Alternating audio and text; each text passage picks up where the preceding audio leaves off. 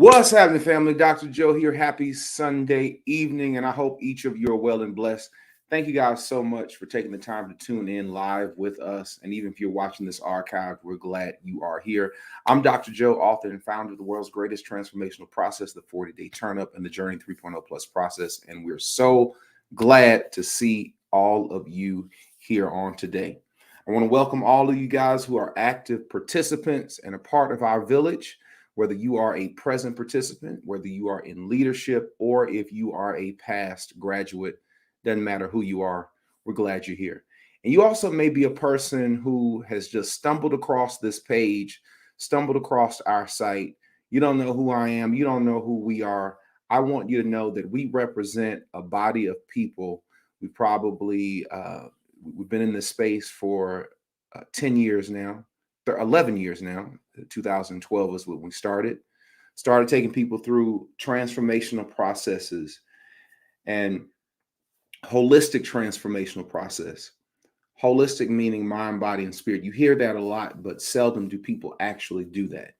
When I was 330 pounds and I went through 130-pound weight loss, it was a major change for me. But what I learned in the process was a lot of my issues were spiritual in nature, emotional in nature, and mental. And by studying nutrition, studying holistic medicine, and being in tune with that reality that I just shared with you, we now have an amazing process. And this year alone, we would have worked with probably about 8,000 people and upwards of 10,000 when you include leadership, people from probably 12 to 15 different countries all over the world. It started in a church, my church that I'm blessed to pastor, with about 16 people. And here we are, almost 10,000 this year. So really, God is doing some amazing things.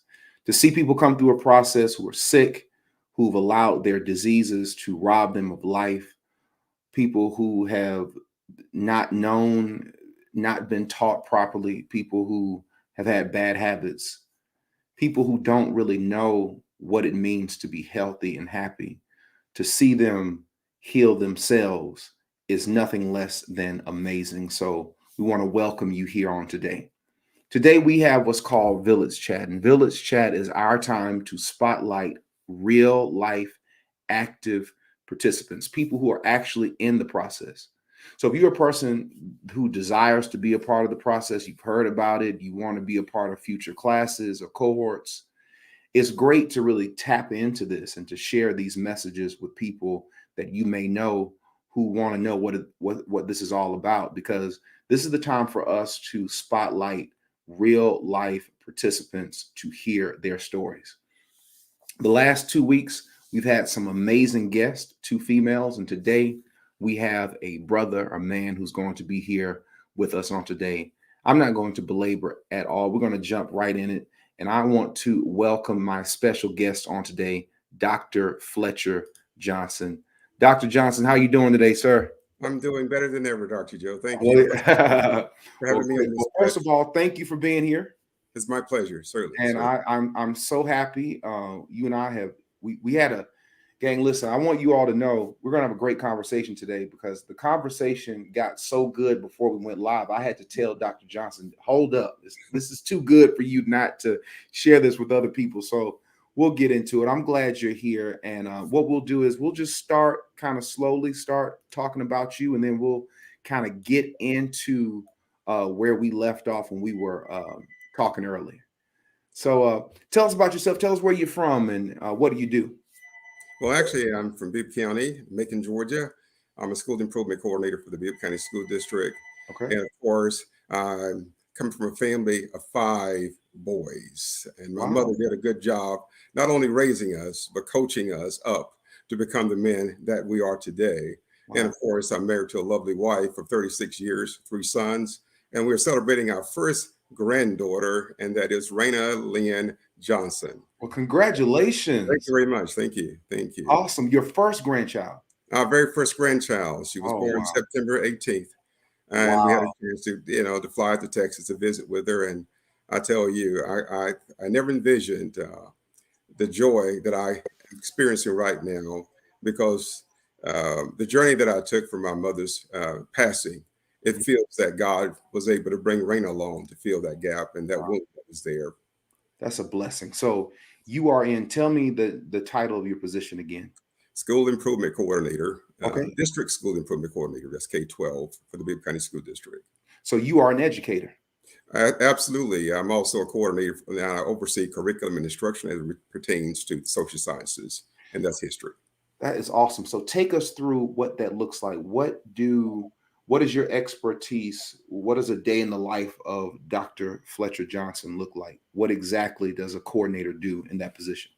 In that particular position, the first order of business to make sure that I go in and check the emails, also making sure that those teachers who are needing support, particularly from my um, curriculum area and content area, that they receive that support. I also provide professional learning in order to help teachers to improve their best practices as well as the learning.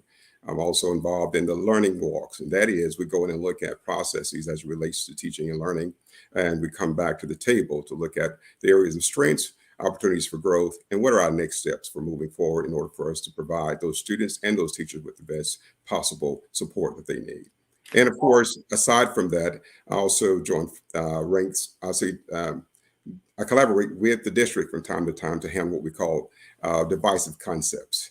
And those Mhm. concepts may come in the form of individuals from the outside who, in their mind, think their initiatives would work well in our schools, but I have to help sift to make sure that those initiatives are not going to impact our students or our culture in a negative way. So I've partnered in that regard. And of course, with the Georgia Women Association, I partnered with them as well, and several partnerships that I'm alongside this position. So it does carry various hats that I have to wear from time to time. And of course, I'm a part of another organization that promotes student voices through the process of Poetry Slam, where I'm actually one of the co-hosts of that Poetry Slam, where students actually get a chance to speak poetically about social issues and so forth in order for those students to have that outlet. And of course, along with that, there's a philanthropist that provides at least $10,000 as well as $5,000 to the singers who are actually competing, who win as a result of the judges' uh, submission of scores. So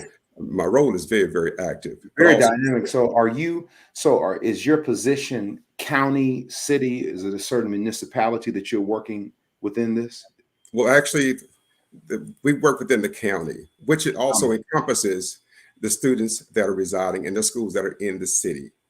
So you're having to do this on not just like you're doing this from what your work is impacting not just elementary schools, junior high schools, everything.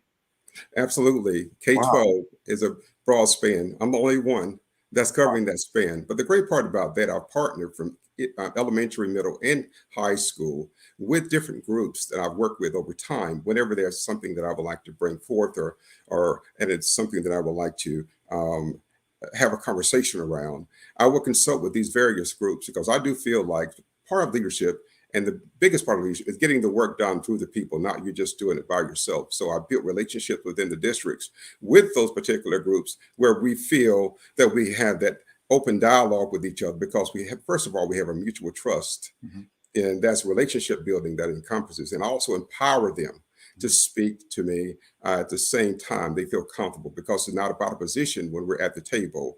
It's about everybody working together and collaborating for a common goal. How this is fascinating because there are a lot of educators. First of all, salute to you, sir, and all that you do.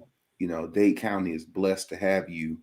And I want to give a shout out to all of our other educators, regardless of the level that you're on. You all are true heroes. Take us through what does it look like? Because you say basically you're assessing programmatic things, how children are learning, and you're making changes and adjustments based upon your observations or studies. Can you give us an example of something, maybe a trend or a study that you've seen and you said this is great and you implemented it in the school system just to give people an idea of what that looks like? Absolutely. When you look at, I call it academic discourse or civil discourse, it's critical that our students start to engage at the lowest level in order for them to get the understanding of how to socially interact with each other whenever there's what we call discourse, whether it be academic or civil. We see that in our society where there's no civility within the discourse, because I feel that starts in the schools, because everybody's going to have opinions. Mhm. But it's okay to agree to disagree, but it's how we disagree. And we can do that, what, respectfully. So Mhm. by bringing about norms within those groups, and when I'm doing the professional learnings sessions, I, I put them in real scenarios in order for them to understand what I want for the students to be able to do. And that is for them to have, the teacher to have civil discourse and academic discourse Mhm. around certain norms that also allow them to come to a consensus without having to be, how would I say, uncivilized in that discourse. Because this trend is going to not only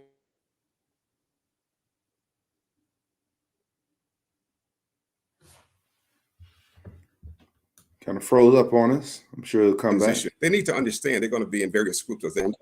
There are going to be discussions around certain topics or issues or goals, and they need to do that in what we call a civil manner. At the same time, respecting the views at the table and understand how that process works. So this, and I think it's important also that our students begin to do that early on, so they'll know as adults how, not just for the school, how to do this at home. Right. I Right. just feel like at home, and a lot of our homes are destroyed because what? Some of those students, they didn't understand civility and Right. how to work to agree. And it starts, to me, at the school level, because you think about the number of days that the students are spending in this classroom versus home. Mhm. That's when we have the opportunity to what? To plant the seeds, those seeds of education reformation Mhm.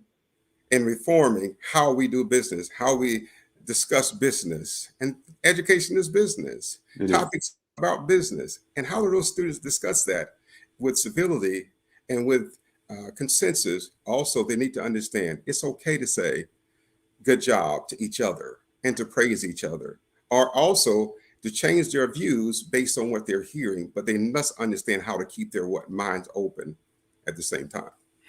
From your vantage point, we know that teachers are on the grassroots levels. They're dealing with the children, they're dealing with the administrators, they're dealing with the principals, they're dealing with the parents, and they're dealing with the kids.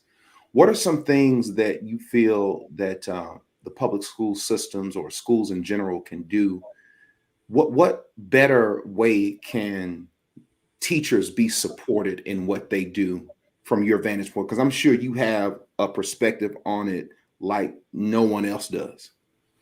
I love what you're saying about that, because so often we're asking teachers to do the task to teach the students, and they wear a multiplicity of hats. Hmm. But when are they recognized and celebrated for the work they do, Hmm. for the milestones, Right. not just reaching the Georgia milestones or whatever standardized test, but the milestones of getting there? Just prior to coming on this show, Friday, I stopped by a school because I saw uh, a district assessment results from a particular school that was higher than some of the other schools that was in the district.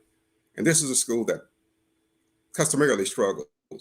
I took my time to go down and to actually speak with the individual teachers who were actually leading those students, because the results can't come about without the teachers Hmm. giving those students those sound practices, and those students also learning. So I also not only recognize the student, the teacher, but also the students. And I went to that school in those classrooms, recognize those teachers by shaking their hand in front of those students, commending their teacher and celebrating them and recognizing them. Last but not least, I actually look at the students to thank them. So I do think that's partnership not only encompasses teachers doing the task, but also do we recognize and celebrate the milestones? If Yeah. we got a mission and a vision, we have goals ahead, we also need to understand there are milestones along the way that they're going to be what? Making. But don't forget to celebrate them as they journey through this process. To me, that's motivation.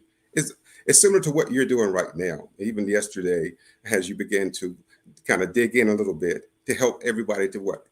It's a milestone, Right. but see, there were setbacks, but Right. here's how we're going to move forward. Right. And I think that's critical, even in education, Hmm. that we continue to look at those benchmarks, Yeah. those checkpoints, Hmm. and those that are meeting the mark, celebrate them. And I think this is what this village chat at all is also all about.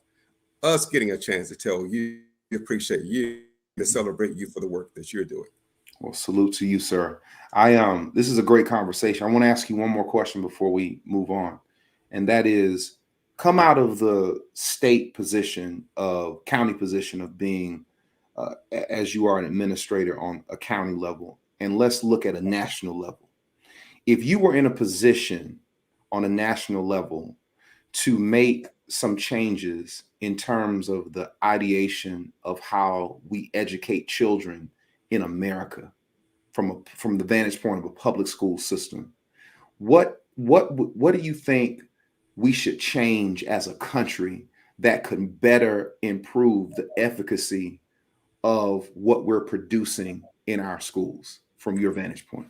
I'm so glad you asked me this question, Dr. Joe, because when I was the National Council for Social Studies, I stood up in the midst of the forum to pretty much kind of talk about why isn't it that we as the United States can't come together across the United States, form one particular committee, and come up with one strategic plan that will address all the issues. First, I believe in the survey data that's going to be presented to us, so we won't have the disparity of what we're seeing right now, where we have this school doing well, this school doing well, with these labels over here, this label over here. So how do we attack these labels without crippling, the process? So if we can come together to form one unified strategic plan, and we don't have these tangent strategic plan all over the place, I think we can address the root causes of what's happening within our educational sector. And I feel that's going to come looking at not just the curriculum, but look at the demographics of the United States. Look at some of the experiences of the students. Are they able to travel? So what do we need to do to get them down, to get those funds down there, to get those students where they can be exposed to opportunities of education. Also, at the same time, I also think that we need a strong leadership staff that's diversified, representative of all the different groups, so everyone feels they have a stake in this country, not just this country, but in our educational system, and we can learn from each other. Right. As we come together. But without that common strategic plan, I do feel like we're going to see the different disparities of tangents that's going on right now. And we have the yo-yo, but we also need to have what we call a unified curriculum, where we know that this curriculum is not just a fly-by-night curriculum, but it's one that's student-centered, and it's also education-centered. And to me, I think it's post-secondary alignment to prepare our students for the next phase of their life. And I also feel like the strategic plan should be a segue for our students who are going to the military, to college, or whatever their pathway should be. It should encompass that, so we can make sure our students are being exposed early to opportunities that to see into some of these areas of law, via if they want to be aviation or whatever. I do feel like we need to expose our kids early on and have that pathway already set up through the educational processes, so we can give them that lift that they need to move into the secondary. Well, all the educators and people are in the chat group are echoing that. And it's a concern for me, and I think this should be a concern for all of us, because year after year, we continuously see how our school systems and our students are performing in relation to other countries. And I don't think people realize how big of an indication educational performance is in terms of the strength of a nation. Year after year, we can't continuously have our Indian children, Chinese children, Japanese children outperforming our kids and expect to be the country that we are a generation from now. So the work that you're doing, what are your thoughts on that? I love what you're saying, because if you look at Singapore was one of the most impoverished countries for years, but they came up with what we call Singapore math strategies, right? They used them years ago, and they brought them to the United States. What it does, it gives simplicity of different ways to solve mathematical computations, and they can also select, we call it differentiation, which path or which concept they wanted to use, or computation they wanted to use that best fit their learning style. Mm. In other words, we can't put them all in one box. We got some round circles here, we got squares, and I think that's what's happening here. We're saying we're not doing it, but in reality is we see this happening over and over again. We talk about differentiation and what it looks like, but still, if you go in a classroom and you see those straight rows and you're teaching one concept, but you don't have differentiated tasks to learning styles to ability levels, we can preach, but we must practice it as well. Yeah. And that is very, very critical. Fascinating. We could sit up here and talk about this all day, sir. This is great. All the teachers are echoing, saluting you. This is awesome. And it seems to me that not only as our learning styles change within the classroom, how teachers are trained probably is going to change and adjust as well. So the adaptations of like best practices in order to always be efficient will probably happen. And that makes a lot of sense. So thank you, sir, for sharing that. Fascinating job. Salute to you and congratulations for all you do. So let's kind of switch gears and talk about the 4-day turn up. So tell us about how you found out about the 4-day turn up, what your life looked like, and what brought you to being in this process. Well, Dr. Joe, I have to commend a former colleague of mine and mentor, Miss Debbie Denard, who was actually a part of your program. And I was actually a vegan at the time. Okay. And I was looking over at her and noticed she was losing weight and I wasn't, but I was always eating this plant-based. As a matter of fact, over half of my freezer right now is plant-based, and I'm going to throw it out. Right. When I came on board to this program, it wasn't that I wasn't trying. I just didn't have the plan to implement. Right. And when I came across your plan, of course, with the wonderful coach that I have, Antoine Maddox, and the Superstars teams who's here with me represented. Salute to them. Yes, absolutely. The coaching, the support has pushed me beyond my own limits. And when I came into this program, I couldn't believe in 2 days I lost 8 pounds. Right now, I started out with 268, 48, instead of increasing. 30-minute walks have now turned into 50 minutes, now to an hour and a half. I've been up early this morning before church. I was actually on the treadmill at 7 o'clock this morning. As soon as I get off this call, I'll get in some more clothes and I'll go for another 2-mile walk because I'm hungry to see the rest of the results as I go through this path. But I've been motivated not only from the meal plan, but also just from your master classes and some of the encouragement. I call it speaking the truth. That's going to be setting all of us free. And I hope the audience can understand that. And like myself, who journeyed in the wilderness of trying to find his way to a plan like this, please don't take this plan for granted. It is the best divine. I call it divine because it had to be divinity that brought you to this point to bring us here. And I don't feel, and it's just not a plan. This should be a lifestyle. For all of us. Right. Particularly here in America, considering what's going on with our foods and what FDA is approving. You can look at the streets, you can see the drugs, even though they've approved some, guess what? They're not taking that away because it's money making. And I thank you very much for what you're doing. Well, I thank you, sir. I ask you one thing. Go back and tell the people where you started, because when you were talking about your weight loss, you snipped out on us. You said you lost 8 pounds in 2 days, and then you talked about where you started at 268 and where you are. Tell them so they can hear it again. Well, when I started this journey at 268, my blood pressure was for some reason was up like 165 over something. What's going on here? But as I began the journey, of course, adopt the meal plans, and I started to make other adjustments with exercising, I noticed a decline in my blood pressure. I noticed a decline in my weight. I also noticed my pants and my jackets and my shirts that I was not able to fit. I was able to fit. Now I'm running around in the jogging clothes that I couldn't even put on. And I'm feeling great because I can see a new me. I feel a new me.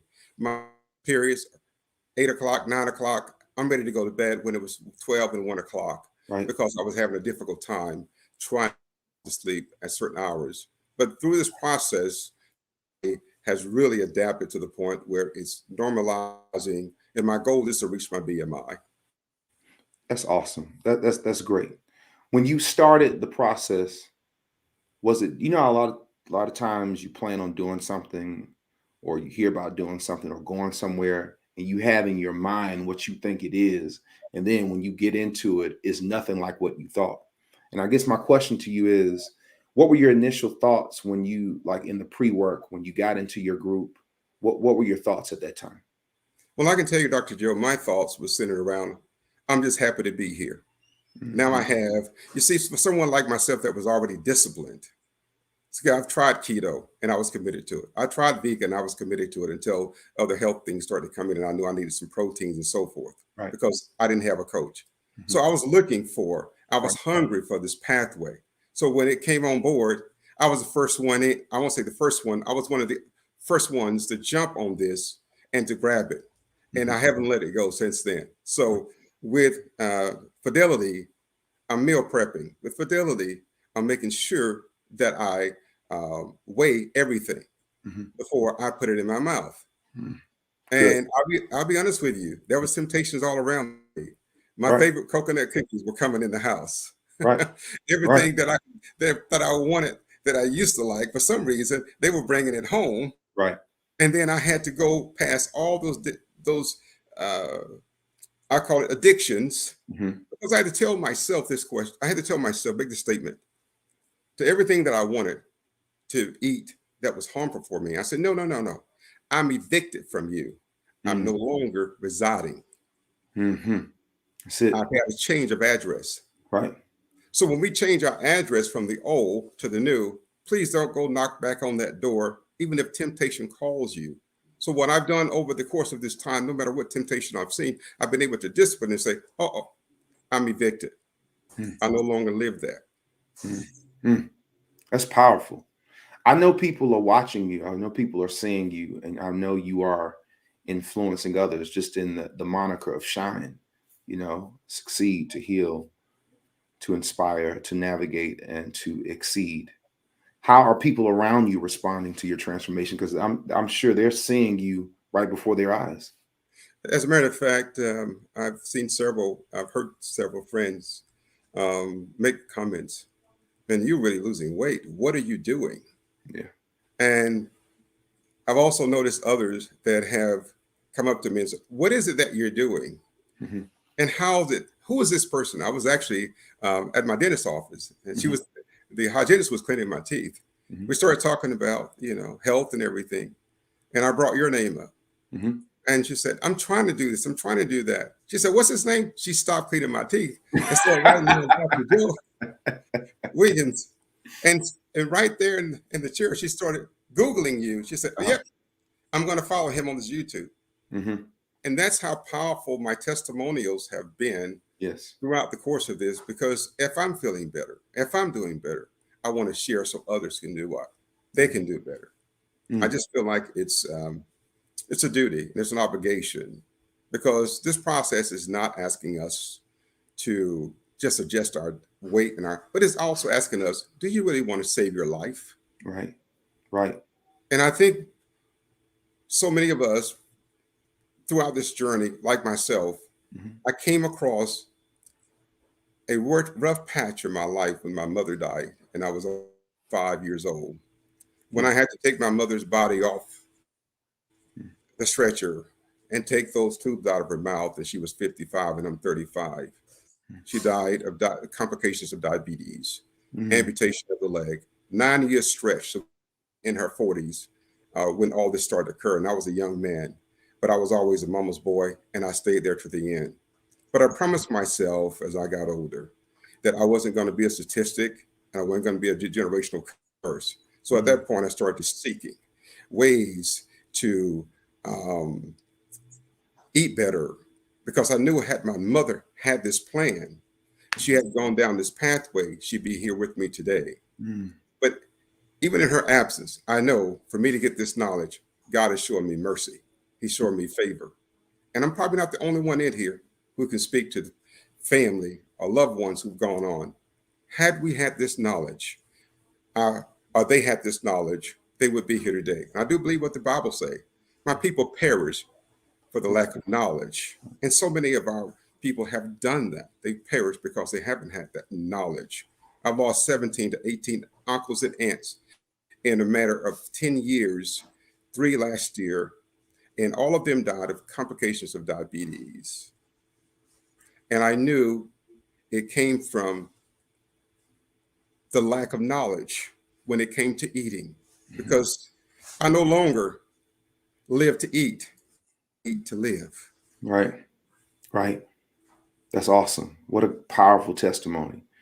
Well, let me say this to you, and I want you to never forget this, and I want you to hear me very well. Although I'm talking to, I know a lot of people are watching, but I recognize something in you that I saw in myself when I started my process.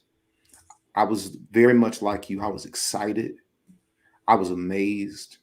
It was almost like it wasn't real to struggle when you're a person who struggled with obesity and weight for year after year after year, and then you finally get something that is working for you almost effortlessly. Yes. It creates a type of consciousness and awareness that you can't pay for, and I see that in you. Now, what I want you to remember is this, Dr. Johnson. You can take this to levels. You have what it takes now to go to places in your life, physically, mentally, spiritually, that are beyond your biggest dreams. I can tell you are invested, you're committed, and you're 100% on board, and you have all of your points of focus. You hold on to that and don't let anything stop you. Take it, drive it until the wheels fall off. See how far you can go, because that's it. When I started, when I dropped the first 30 pounds after I had committed to a plan that I put together for myself and it started working, I was hooked. When I got those first 30 pounds, the next 100 was easy. Now, I'm not saying it came as quickly as the first 30, but in terms of my focus, oh, I was all in. It was easy to not to turn down foods and to turn down what everybody else was doing, because I knew I had a plan that worked, and that's what I was looking for. So you remember this and you hold on to that and never let it go, because I think that whatever your end is in terms of this process, I think you're going to be a completely different person 6 months from now. I really do. I think he's frozen, but I'm sure we'll get him back. In the meanwhile, I'll look in the comment section.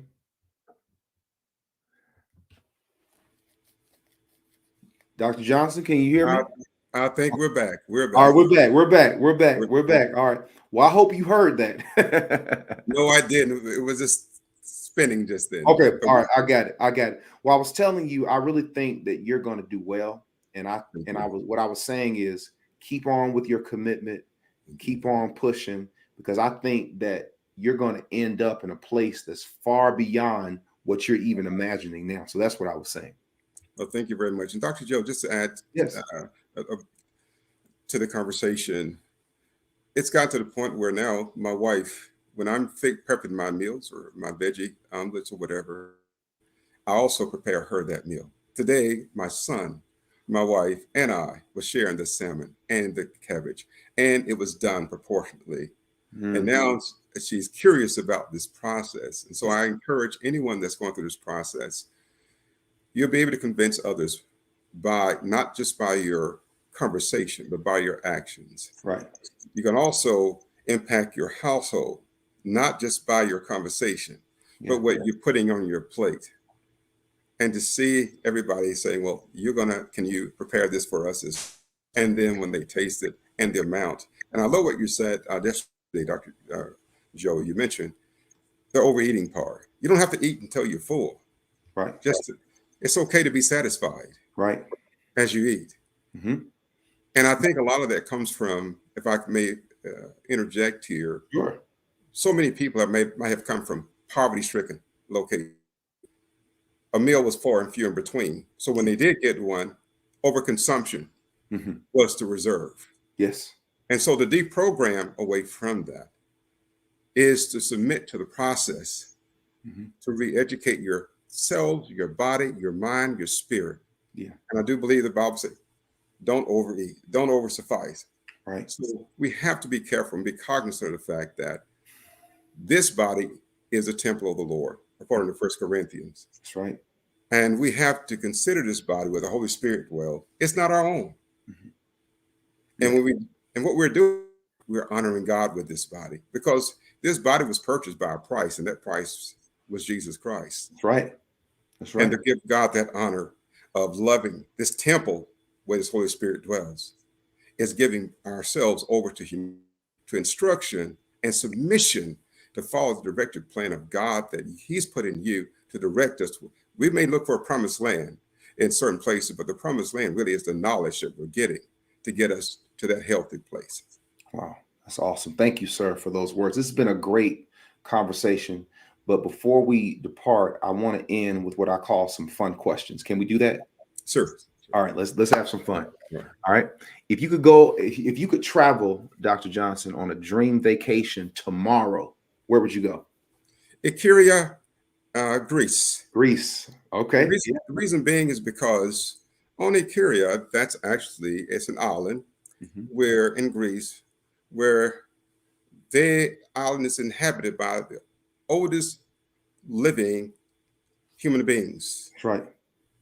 And the foods they eat, they call it the blue zone diets. So you can see I've done some research. Yeah. And I really want to go there because it's not just a diet. It must be the atmosphere. Mhm. There is a lot of vegetation there, Mhm. less industrialization.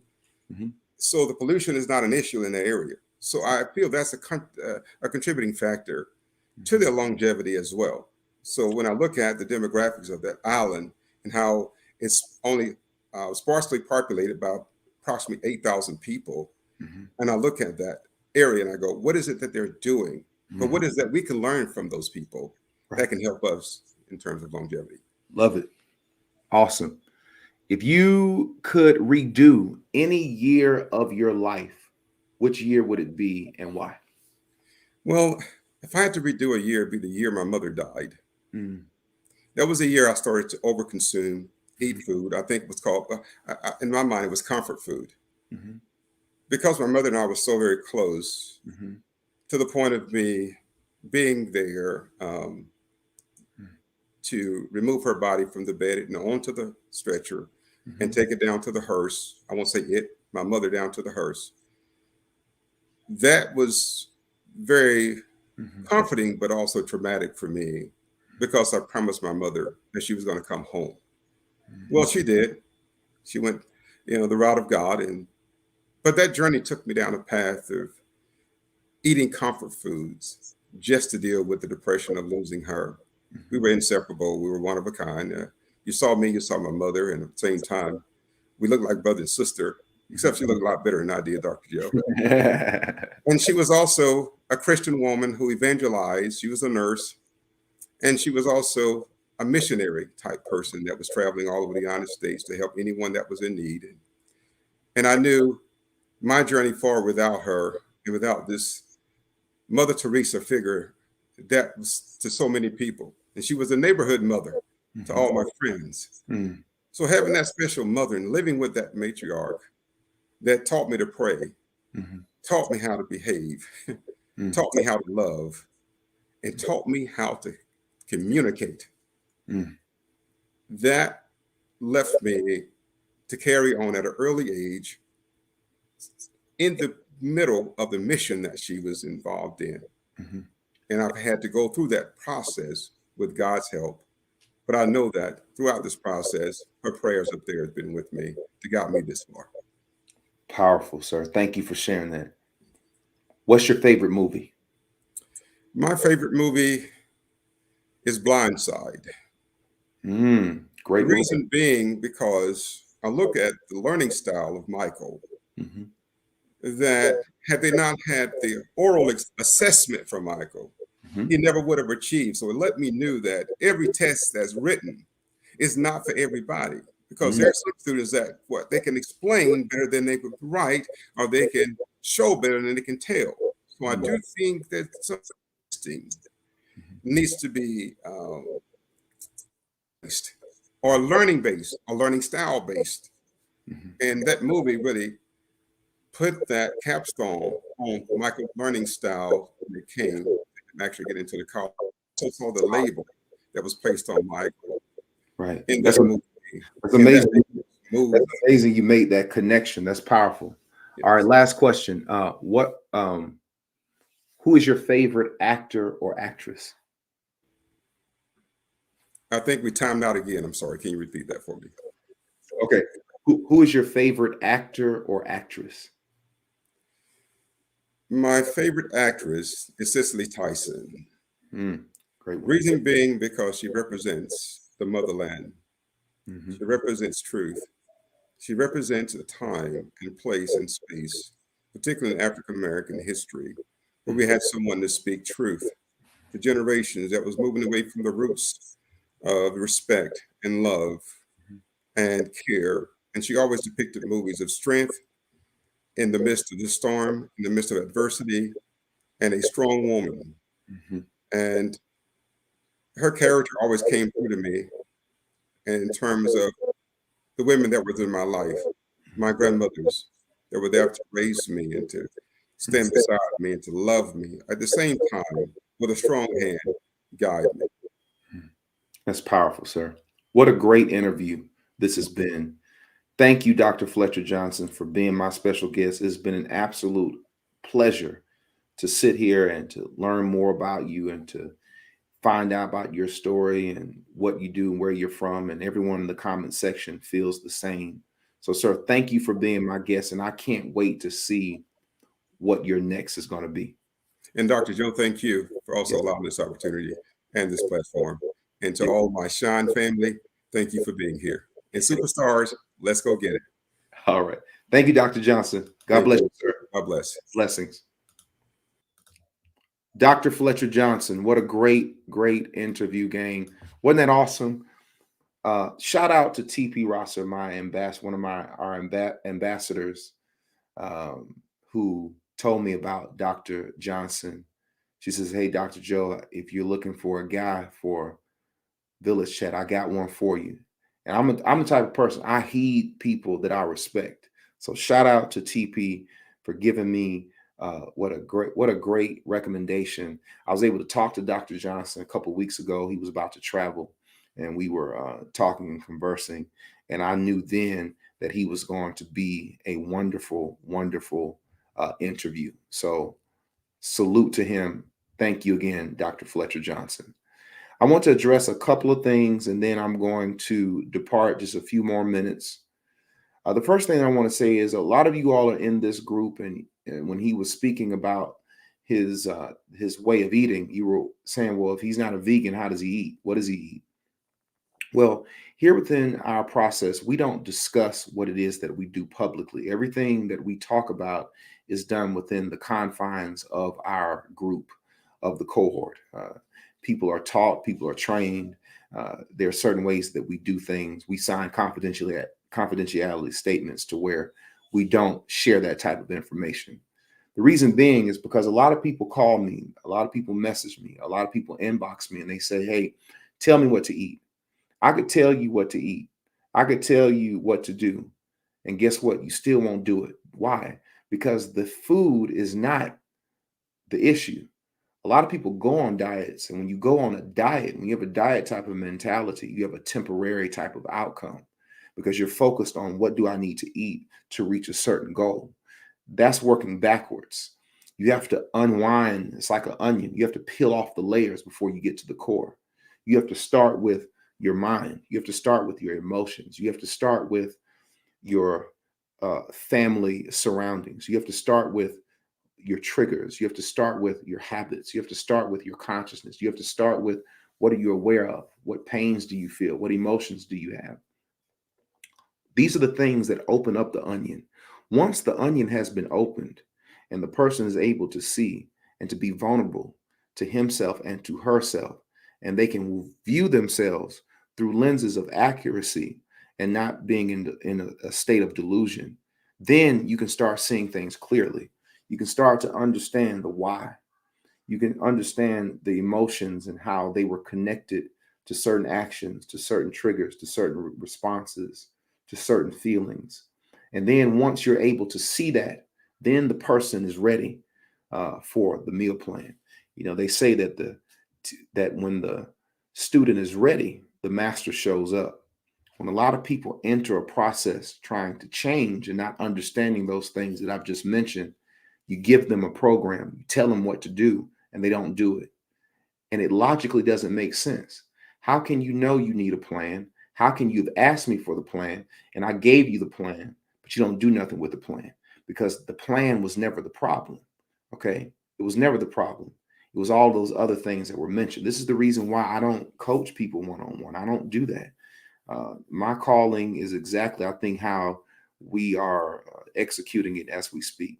So, for those of you who have an interest, perhaps you can be a part of one of our future classes. And the best way you can do that is by following us on all social media: Facebook, Instagram, YouTube, Journey Life TV. It's the same handle for each and every one of them. Um, yeah, so I'll leave that where it is. Gang, I'm excited about what you all have done. In the morning, you're going to have your performance analysis. Can't wait for it. So I look forward to that. I'll let you guys know when to expect that. It'll be sometime in the morning before 9 a.m. We'll be certain to get that to you all. I hope you all have an amazing day. Keep in mind that we start our water fast day for the next this week, next week, and our final week. Your water fast day is going to be on the day of your fruit fast.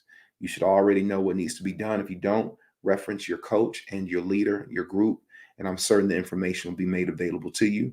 For those of you who cannot, for whatever your medical condition or the directives of your physician, of course, follow him or her, because we know that they are giving you the care that you need. All right, gang, have an amazing Sunday. Shout out once again to Dr. Fletcher Johnson, and shout out to each of you. Salute to each of you for joining us for another episode of Village Chat. We got another one on next week. You don't want to miss it because it's going to be different. We'll see you then. Be blessed. Peace.